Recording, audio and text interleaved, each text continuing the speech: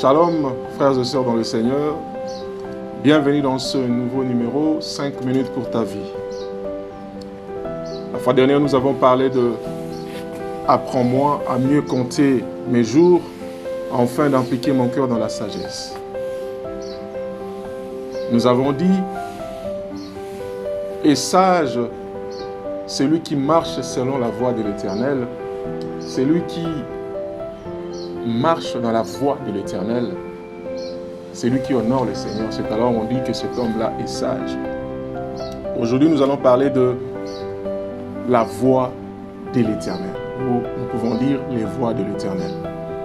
Nous sommes dans le livre d'Osée 14, nous allons lire le 9e verset.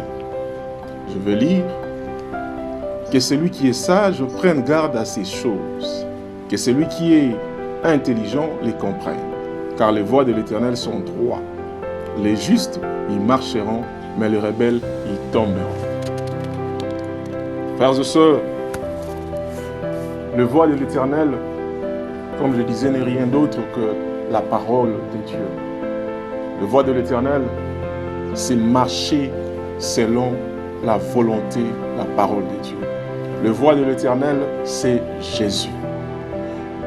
Jean 14, 6, 10, Jésus dit « Je suis le chemin, la vérité et la vie. » Donc, c'est lui qui accepte Jésus, accepte de marcher avec le chemin qui est Jésus. En acceptant de marcher avec le chemin qui est Jésus, tu acceptes que Jésus t'impose ta vérité. Ce n'est plus ta vérité, mais c'est la vérité Jésus qui prend place dans ta vie. Et lorsque la vérité Jésus prend place dans ta vie, il te donne maintenant sa vie. C'est Jésus qui vit en toi. Lorsque Jésus vit en toi, c'est alors que nous dirons que cet homme est sage. Cet homme est droit. Cet homme marche dans la droiture de l'Éternel. C'est alors que tu réussiras dans tes entreprises. Josué 1 à 8, la Bible dit « Si, Josué, tu veux réussir dans tes entreprises, que ce livre de la loi ne s'éloigne point de ta bouche. » La réussite, bien-aimée, est dans la parole de Dieu. La réussite dans tout ce que nous faisons, dans nos entreprises, est dans la parole. C'est demeurer dans la parole. La réussite, c'est Jésus, frères et sœurs. Je viens t'amener Jésus ce matin, afin que tu puisses donner la place à Jésus, afin que Jésus prenne place et le contrôle de ta vie, afin que tu puisses réussir dans tes entreprises. Le monde a sa propre définition du succès, de la réussite, tandis que nous, les chrétiens, nous avons aussi notre propre définition du succès ou de la réussite. Pour le monde, la réussite, c'est une personne qui a tout gagné, une personne qui a des sociétés, de belles maisons, de voitures, une personne qui est comme tout le monde peut vouloir vivre comme cette personne, une personne référence, selon le monde.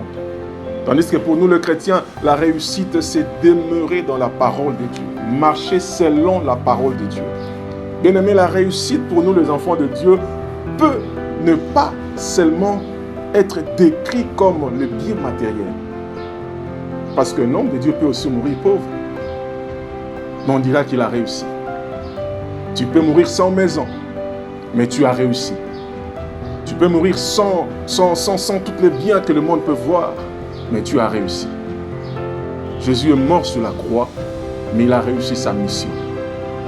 Je viens te dire ce soir, frère, ne courons pas derrière la réussite du monde, mais courons derrière la couronne du ciel.